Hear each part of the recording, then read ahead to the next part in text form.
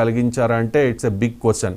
ఇక రాజ్యసభలో ఆ పార్టీకి వైవి సుబ్బారెడ్డి, విజయసాయిరెడ్డి, నిరంజన్ రెడ్డి మాత్రమే మిగులుతారు అన్నది రాజకీయ వర్గాలు చెబుతోన్నమాట. ఇక పరిమళ్ నత్వాని, అంబానీ చెప్పారు కదా అని చెప్పి ఎక్కడో నార్త్ ఇండియా నుంచి తీసుకొచ్చి ఇక్కడ రాజ్యసభ ఇచ్చారు పరిమళ్ నత్వానీకి. ఆయన పరిమళ్ నత్వాని ఒక్కసారి కూడా రాజ్యసభలో ఆంధ్రప్రదేశ్ ప్రయోజనాల గురించి మాట్లాడింది లేదు. ఆయన ఇప్పుడు బీజేపీకి వెళతారు అన్నది వినిపిస్తోన్నమాట. కారణం ఆయన వ్యాపారవేత్త కాబట్టి. సో ఇదే జరిగితే వైఎస్ఆర్ కాంగ్రెస్ పార్టీ పాత్ర నామమాత్రం కానుంది. రాజ్యసభలో కీలకమైన బిల్లుల ఆమోదానికి ఆ పార్టీపై ఆధారపడాల్సిన అవసరం ఎన్డీఏకి అస్సలు ఉండదు. మరోవైపు జగన్ పాలనలో జరిగిన అవినీతిపై చంద్రబాబు సర్కార్ కొరడా జులిపిస్తోన్న పరిస్థితి. మద్యం, గనులు, ఇసుక వ్యవహారాల్లో జగన్ అడ్డగోలు దోపిడీ, అక్రమాలకు సహకరించిన ఉన్నతాధికారులు అలాగే ఐపీఎస్లను కూడా కేసుల భయం వెంటాడుతోన్న పరిస్థితి కనిపిస్తోంది.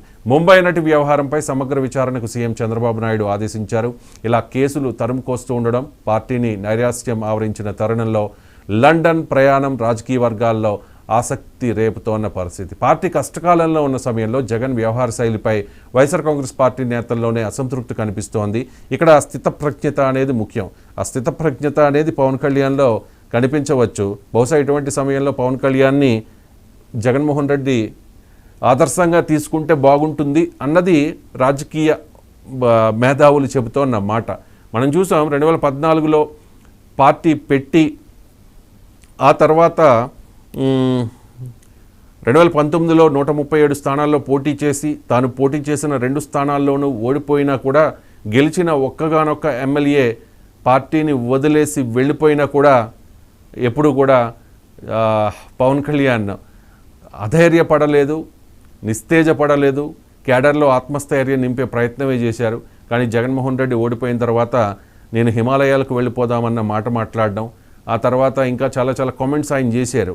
అండ్ క్యాడర్కు భరోసానిచ్చే ప్రయత్నం చేయలేదు అన్నది ఆ పార్టీ నాయకులు మాట్లాడుకునే మాట. అంటే ఇదే నావలో ఉంటే మునిగిపోతాం అనే ఉద్దేశంతో, మునిగిపోయే నావలో ఉంటే మునిగిపోతాం అనే ఉద్దేశంతో ఆ పార్టీని ఒక్కొక్కరు కూడా విడిచి వెళ్ళిపోతూ ఉన్నారు అన్నది కూటమి నేతలు చేస్తున్న కామెంట్. ఇక ఎప్పుడు కూడా జగన్మోహన్ రెడ్డి నాది నాకు అంటున్నారు తప్ప ప్రజల పక్షాన పోరాడతా అని చెప్పడం లేదు అని చెప్పి సొంత పార్టీ నేతలే ఆఫ్ ద రికార్డ్ మాట్లాడుకుంటూ ఉన్న పరిస్థితి. నాకు ప్రతిపక్ష హోదా ఇవ్వాలి, నాకు సెక్యూరిటీ ఇవ్వాలి, ఎప్పుడు కూడా నా అంటూ ఉన్నారు తప్ప మరి ప్రజల పక్షాన పోరాడడం లేదు. కనీసం క్యాడర్లో ఆత్మస్థైర్యం నింపే ప్రయత్నం చేయడం లేదు అన్నది జగన్మోహన్ రెడ్డి మీద వస్తున్న విమర్శ. అండ్ హిమాలయాలకు పోతానంటూ ఒక కామెంట్ చేశారట. So of the record party సమీక్షలో ఓటమికి గల కారణాలపై సమీక్ష చేస్తున్న సమయంలో ఇటువంటి మాట ఎందుకు అన్నారు అని చెప్పి జగన్మోహన్ రెడ్డి మీద ఒక రకమైన నెగిటివ్ ఆలోచన ఆ పార్టీ నాయకులకి వచ్చిన పరిస్థితి. అండ్ అసెంబ్లీకి ఒక్కసారి మాత్రమే వచ్చారు, అది కూడా చాలా ఇబ్బంది పడుతూ వచ్చారు. ఆ తర్వాత అసెంబ్లీకి వాళ్ళు రాలేదు.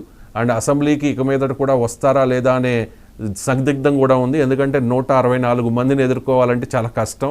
గతంలో మరి చాలా సందర్భాల్లో చంద్రబాబు నాయుడు చాలా ఇబ్బందులకు గురయ్యారు కాబట్టి, అవమానాలు పడ్డారు కాబట్టి దానికి రిటర్న్ గిఫ్ట్ ఖచ్చితంగా ఇస్తారు. అందులోనూ స్పీకర్గా ఉన్నది ఆయన పాత్రుడు కాబట్టి. సో అసెంబ్లీకి రావాలా వద్దా అనే విషయంలో కూడా ఆయన తర్జన భర్జన పడుతున్న పరిస్థితి. అండ్ ఇంకొక విషయం, నేను ఆంధ్రప్రదేశ్లో ఉన్నాను, నా స్వగృహం ఆంధ్రప్రదేశ్లో ఉంది అని చెప్పి చాలా గర్వంగా చెప్పుకునే జగన్మోహన్ రెడ్డి వాస్తవంగా చెప్పాలంటే పవన్ కళ్యాణ్కి, చంద్రబాబు నాయుడికి శాశ్వత నివాసం లేదు ఆంధ్రప్రదేశ్లో అప్పటికి, ఎన్నికల నాటికి.